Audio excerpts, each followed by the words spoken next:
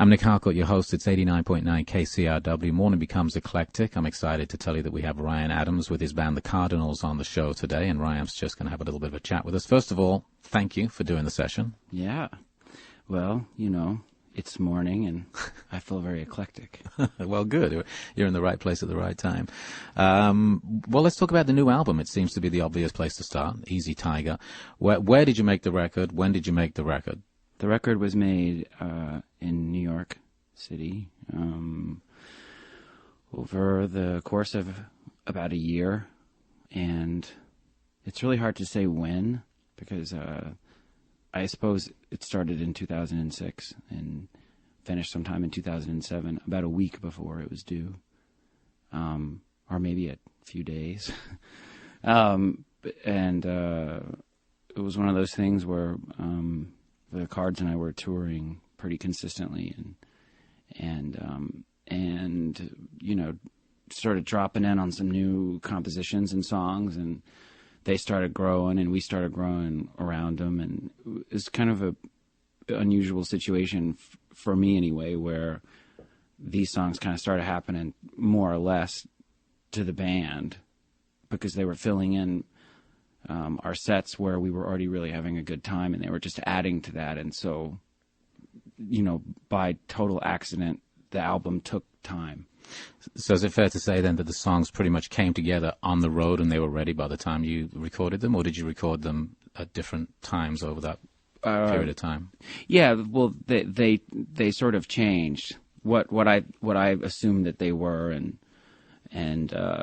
early on, and as well as I think maybe some of the guys in the band, you know, we would sort of try something out, and then, you know, we toured pretty consistently, so they kept modulating and changing and maybe getting deeper, and if anything, they sort of simplified, which is pretty unusual.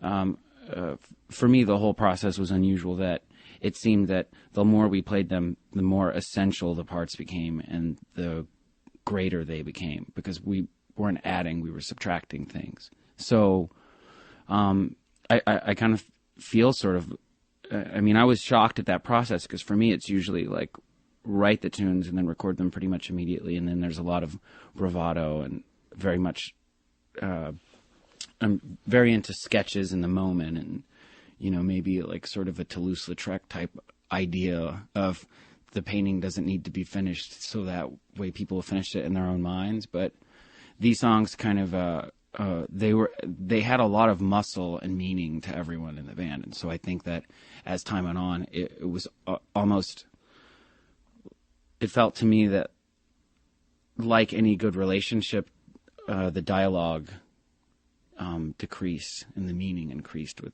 fewer things said, and those songs got tough. They got really, really tough without needing a lot of extra stuff. You know, there wasn't much that needed to be added.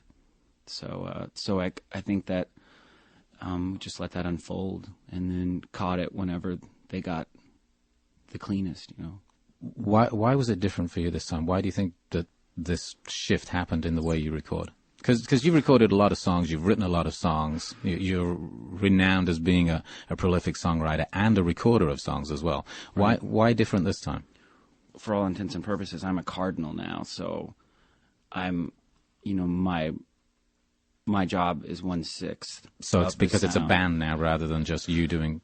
Well, yeah, I mean, and you know, the process has changed mainly because of Neil and mainly because of Jamie, because both of these guys really appreciate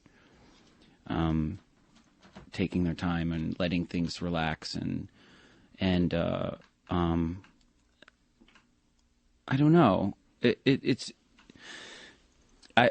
I suppose it's just one of those things, you know, like the collaborative measure that happens on the tunes. I'm actually willing to be more patient, because I know that the outcome will be greater than the sketch. Whereas in the past, I was fine with the sketch, but if someone else has an idea, if maybe Neil wants to work on a part or Jamie wants to get a more relaxed performance, I'm willing to wait to see their intellectual idea realized. Whereas mine could be completely different, but it's more exciting, you know.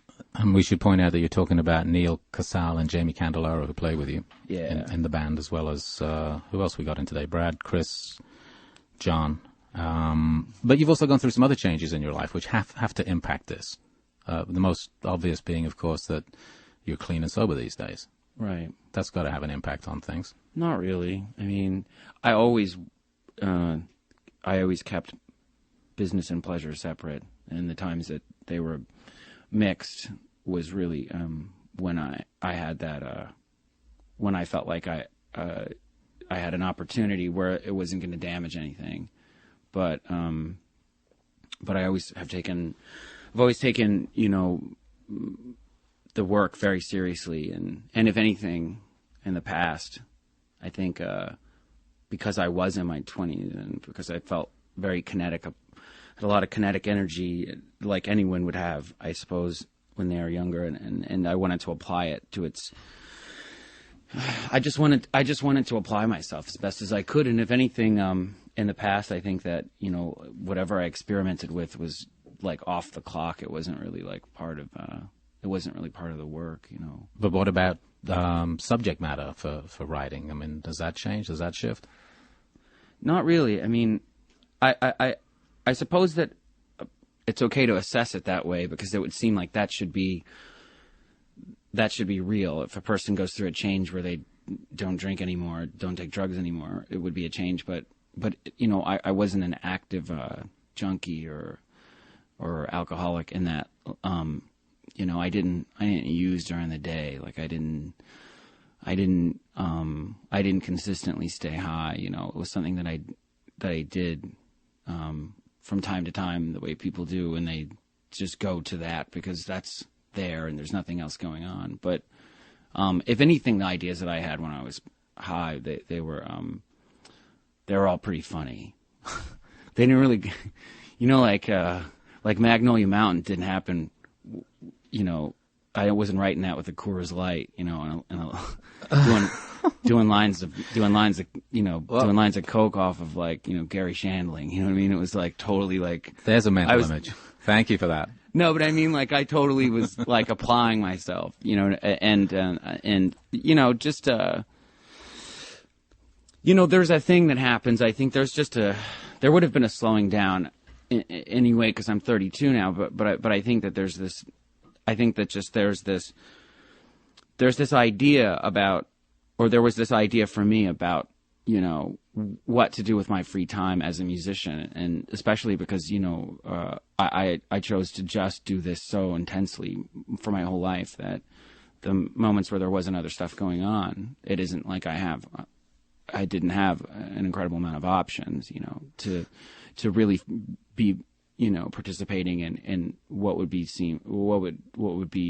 viewed as a normal life. It's just a lot of waiting around. So do you think then that being in your 20s is a time when, I mean, for everybody, not just you, where you can go nuts, try and get through it, and by the time you hit 30, there's something shifts, or is it just luck? Well, I don't know. I mean, I suppose it's different for everyone, you know, and for me,